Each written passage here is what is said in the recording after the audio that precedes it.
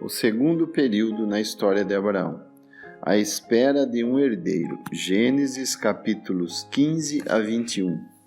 Depois dessas coisas, nos diz: doravante a vossa atenção não é despertada por essa posição de estrangeiro. Logo que esta é estabelecida e demonstrada, o Senhor dá à fé de Abraão um objetivo que forma o centro dos seus desígnios. O herdeiro das promessas. Havia feito menção da posteridade de Abraão nas 3 promessas sucessivas mencionadas nos capítulos 12, versículo de 2 a 7, e no capítulo 13, versículo 16. Mas vai agora tratar de uma maneira mais precisa da própria pessoa, em que dirá ao patriarca: assim será a tua semente. Será o seu filho nascido de sua mulher Sara, aquela que era estéril. Gênesis 11, versículo 30. Este filho não lhe será dado até que Deus possa dizer, não apenas que Abraão creu no Senhor, mas que Sara teve por fiel aquele que lhe tinha prometido. Gênesis 15, versículo 6 e Hebreus 11, versículo 11. A dádiva de um filho é o tema essencial, mas não exclusivo, dos capítulos 15 a 21 de Gênesis. Primeiro, a fé é imputada como justiça. Como sempre, a iniciativa é de Deus. Eu sou o teu escudo, o teu grandíssimo galardão, disse o Senhor a Abraão depois dos acontecimentos do capítulo 14, em que havia brilhado a sua fé e o seu desinteresse. Mas, por muito grande e precioso que isso fosse, Abraão esperava de Deus alguma coisa a mais, um objetivo para o seu coração, uma descendência para possuir a herança. Anda cheio de tristeza, senão de censura, na ousadia da fé, quanto à questão pela qual recebe essa nova revelação. O Senhor Jeová, diz ele, que me has de dar, pois ando sem filhos, eis que me não tens dado semente. E, no entanto, Deus havia prometido, e farei de ti uma grande nação, e farei a tua semente como o pó da terra. Abraão não punha essas palavras em dúvida. Antes, pelo contrário, sentia a necessidade de penetrar nos propósitos de Deus e de ter os seus afetos postos naquele que tinha em vista dar descendência ao patriarca. O Senhor responde por meio de uma quarta expressão da promessa: aquele que de tuas entranhas sair, esse será o teu herdeiro, teu filho, não o Damasceno Eliezer, e a tua semente será como as estrelas. Quantas estrelas se a pode contar? Capítulo 15, versículos 4 e 5. Abraão creu em Deus. Pela primeira vez a Escritura declara formalmente que um homem creu em Deus. Fé exemplar, recordada mais de uma vez como tal. Romanos capítulo 4, versículo 3 e Tiago 2, versículo 23. Fé justificadora, imputada como justiça.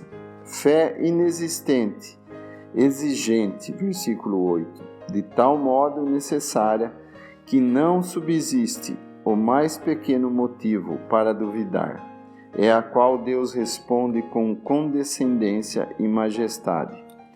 Abraão pede um sinal. Deus fala-lhe de um pacto incondicional e compromete-se, passando por entre os animais do sacrifício. Agora que cai sobre Abraão um profundo sono. Fé instrutiva de Deus. Abraão é advertido de que essa posteridade deverá conhecer o sofrimento, mas que a glória se seguirá. Nada poderá prejudicar a certeza do cumprimento da bênção e da promessa. A voz de Sara. Se a fé de Abraão brilhou no capítulo 15, fracassou no capítulo seguinte perante as palavras de Sara, impaciente e incrédula. São passados 11 anos. A velhice de seu marido é chegada e o seu ventre está adormecido. Queria a todo custo ter filhos. Capítulo 16, versículo 2. Não via a possibilidade de isso se realizar e procurou por si mesma remediar a sua incapacidade natural. O meio que idealiza é, contudo, o mais deplorável, visto que põe em cena o Egito e o seu opróbrio na pessoa de Agar. Deste modo, o mundo e a carne operam conjuntamente numa obra que não é de fé, mas antes de incredulidade. E Abraão terá de aprender uma lição humilhante, que nos é dada para o nosso próprio ensino. Depois da incredulidade, outros frutos da carne se mostrariam em Sara: o ciúme, o orgulho ferido e em seguida a rudeza e a crueldade. Abraão submete-se passivamente, mas eis que o Senhor intervém e reconduz Agar com o seu filho Ismael. Será então o filho da promessa como Sara, em sua inconsciência, parece ter desejado? De maneira alguma. Esse não é certamente o pensamento de Deus. Deus mostrará a Abraão que os seus pensamentos são diferentes dos pensamentos humanos. Isaías 55, versículos 8 e 9. Quantas vezes erramos nas coisas divinas e deixamos de discernir o que Deus diz do seu grande objetivo, a verdadeira e única semente, que é Cristo. Gálatas 3, versículo 16. O pai de uma multidão e pai da circuncisão. De novo, 13 anos mais tarde, a graça de Deus toma a iniciativa. Abraão recebe outra visão. Eu sou o Deus Todo-Poderoso, disse-lhe o Senhor. Dou-te a conhecer não só o que sou a teu favor, o teu escudo, o teu grande galardão, mas o que eu mesmo sou. Anda em minha presença, em consequência deste conhecimento de mim mesmo, e que toda a tua conduta seja de acordo com esta revelação. Abraão escuta, nada tem a dizer, nada a pedir, nada a oferecer. E caiu sobre o seu rosto, e Deus falou com ele. Capítulo 17, versículo 3. Um pacto renovado, mais circunstanciado, que Gênesis 15, versículo 18, acompanha essa revelação. É um desenvolvimento da promessa, com efeito, uma quinta promessa, e é caracterizada por uma alteração no nome. O Pai exaltado, em contraste com o Pai de uma multidão. Serás o Pai de uma multidão de nações, e estabelecerei o meu concerto entre mim e ti, e a tua semente depois de ti, e em suas gerações, e te darei a ti, a tua semente, depois de ti, a terra das tuas peregrinações, toda a terra de Canaã, em perpétua possessão, e ser-lhe-eis o seu Deus. Versículo 4 a 9. Esse concerto perpétuo, que nos diz o versículo 7, comporta não como condição, mas como sinal de separação para Deus. A circuncisão, que importa pôr de lado a carne, julgá-la e deixá-la no lugar de morte. O Pai dos crentes, beneficiário das promessas, é deste modo o Pai da circuncisão. É um homem novo, dele pôde vir e virá o herdeiro das promessas. E te hei de dar a ti dela um filho. Então, na verdade, e somente então, quando estava certo de que não havia nenhuma esperança do lado humano, é que a promessa quanto à pessoa do herdeiro é claramente feita. É a sexta expressão da promessa. O filho prometido será filho de Sara, tua mulher, cujo nome é também mudado. ela será a cabeça de uma linha principesca. E te hei de dar a ti dela um filho. Versículo 16. O comportamento de Abraão perante este anúncio faz-nos pensar naquele pai de que fala o Evangelho, que disse a Jesus: Eu creio, Senhor, ajuda a minha incredulidade. Abraão riu, e o seu riso é o de um coração cuja fé é ultrapassada pela expectativa que sobrepuja o assombro da dúvida perante um vaticínio tão incrível. Ao mesmo tempo, os afetos naturais intervêm. E quanto a Ismael, também te tem ouvido. Deus responde na soberania da sua vontade em estabelecer um concerto perpétuo com Isaque, que procederá de Sara, e segundo a riqueza dos seus recursos em graça, para tranquilizar o patriarca a respeito de Ismael. Este terá a sua própria bênção, mas não terá parte no concerto. O concerto é estabelecido com Isaque, o qual Sara te dará. Repete o Senhor nos versículos de 19 a 21. Mas por cujo filho era preciso que Sara cresce. Ainda mais uma vez Deus vem ao encontro daqueles que são os objetos de sua graça. Aparece a Abraão, detém-se em resposta à sua oração e aceita o repasto preparado por Sara e em seguida repete a promessa aos seus ouvidos.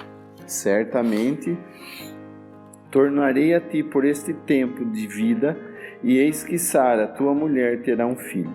Capítulo 18, versículo 10. É uma promessa sem ambiguidade alguma. Um termo precisamente marcado. Será possível?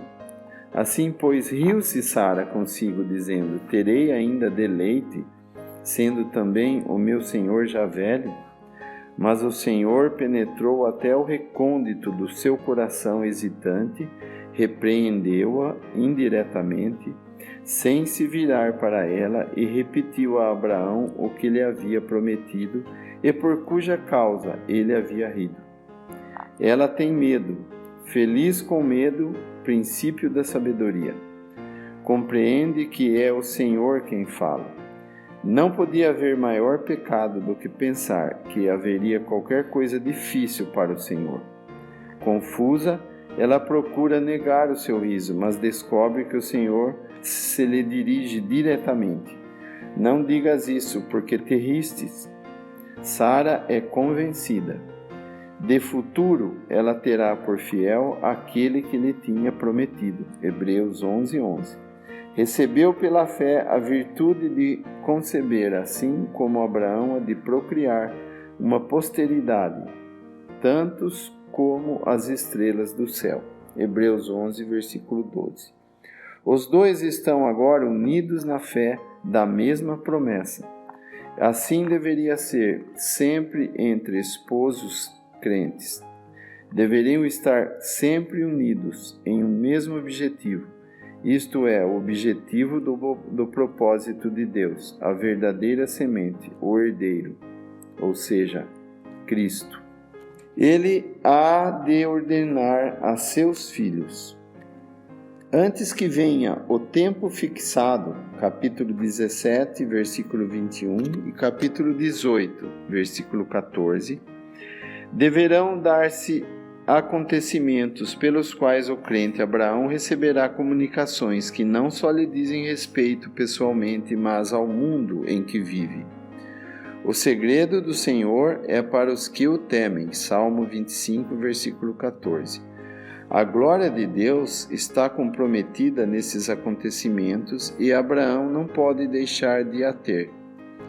É na terra o depositário dos desígnios de Deus, tanto em juízo como em graça. Deus diz: ocultarei eu a Abraão o que faço? Porque eu o tenho conhecido, ele há de ordenar a seus filhos e a sua casa depois dele, para que guardem o caminho do Senhor. Capítulo 18, versículos 17 a 19. Aquele a quem a promessa de uma posteridade acaba de ser confirmada e fixada, terá o cuidado de ensinar à sua posteridade o caminho do Senhor. A sua fé não será mais uma fé morta, dará os frutos em casa do crente, prolongará a sua ação através de sucessivas gerações em que tantos fiéis reivindicarão a sua paternidade.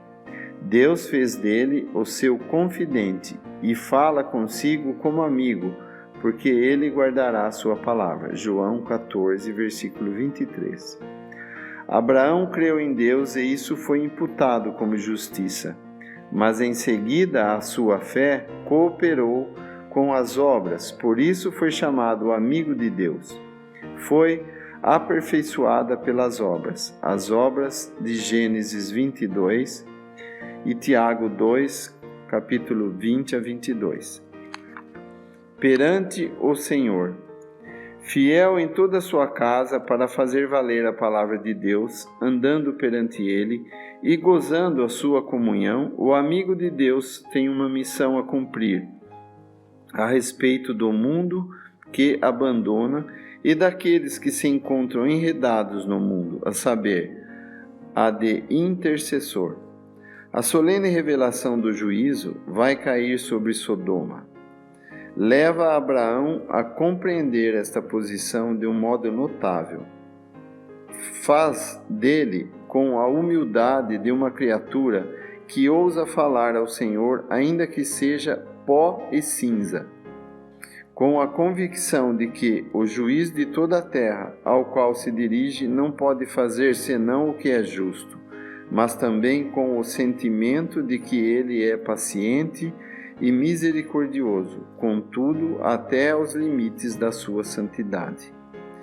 Pedindo-lhe para perdoar a cidade, ele vai mais além do que é permitido à fé inteligente e mantém, mesmo quando a fé compreende que não deverá continuar, toda a confiança naquele que não fará morrer o justo com o ímpio.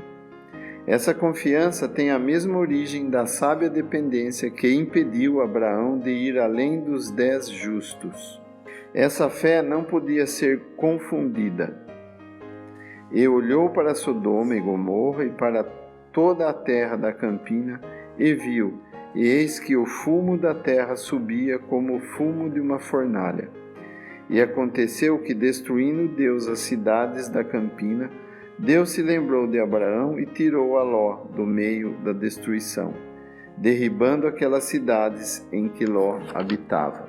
Capítulo 19, versículo 28 a 29. Ló é salvo através do fogo, que consome tudo, de que Abraão estava desde há muito tempo separado. É profeta.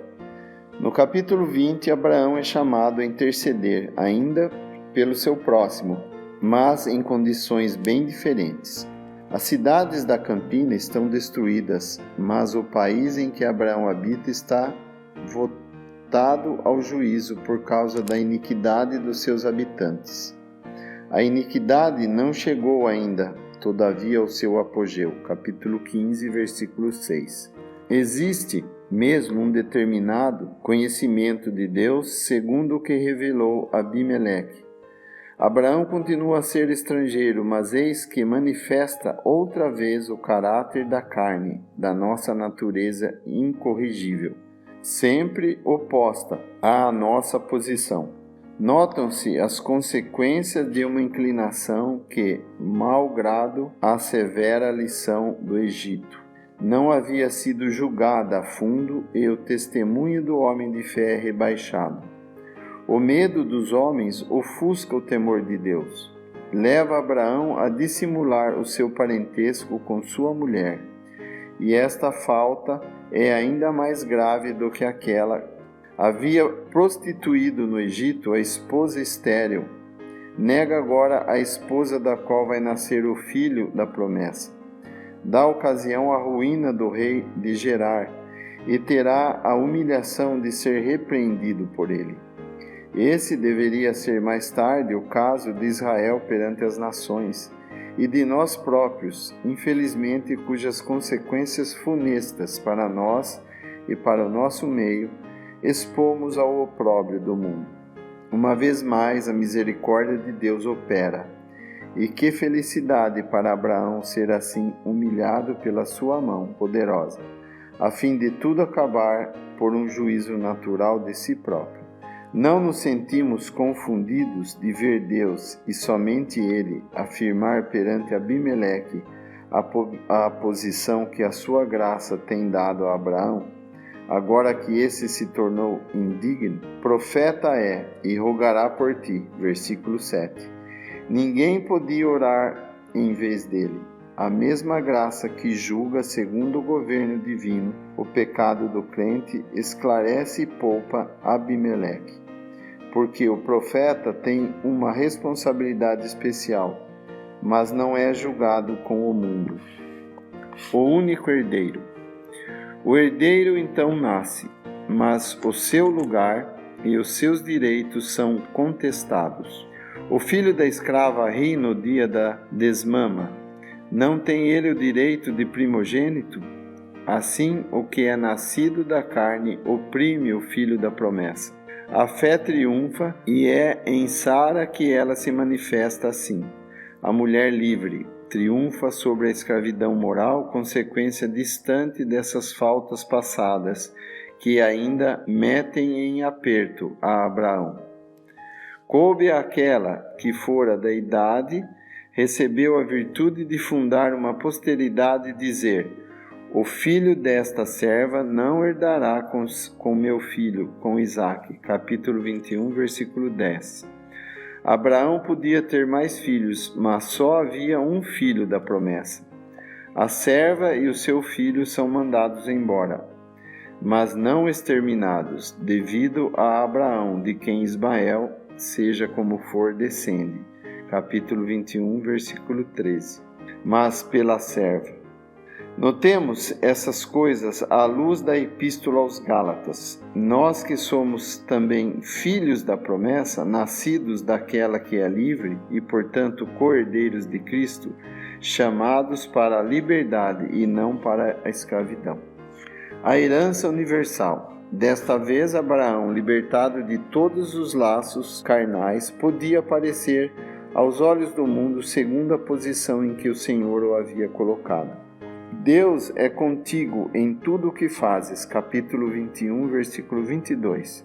Reconhece Abimeleque, e o patriarca repreende esse rei de povos por causa de os seus servos lhe haverem tomado por força o que lhe pertencia. A nossa conduta mostra também que Deus é conosco. Compreendemos a razão por que consentimos que o mundo interfira nos recursos vitais do nosso cristianismo e impeça a ação do Espírito Santo? Abimeleque busca uma aliança com Abraão, porque este tem o conserto de Deus. Em ti serão benditas todas as famílias da terra. Tal havia sido a promessa inicial. Capítulo 12, versículo 1. E abençoar-te-ei, e tu serás uma bênção. A cena profética narrada nos versículos 22 e 23 do capítulo 21 prefigura a bênção futura da terra sobre a preeminência da posteridade de Abraão e põe em evidência essa parte especial. Logo que Abimeleque e o chefe do seu exército voltam para o país dos filisteus, Abraão planta um bosque em Berseba e invoca lá o nome do Senhor, o Deus eterno. Essa é a sua habitação, dele e de todos os crentes de geração em geração.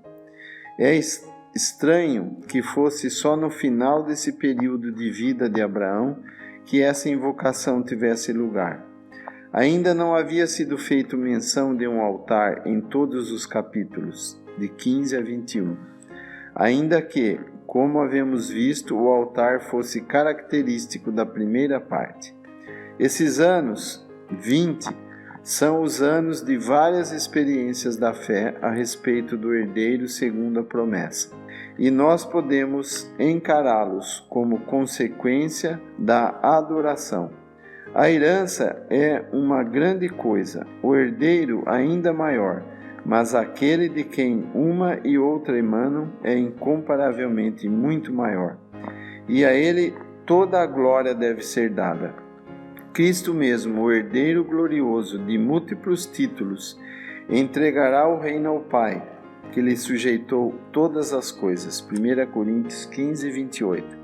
Todavia, por muito abençoado que fosse, o adorador de Berseba era chamado a penetrar antecipadamente nas coisas profundas de Deus e a ser o adorador de Moriá.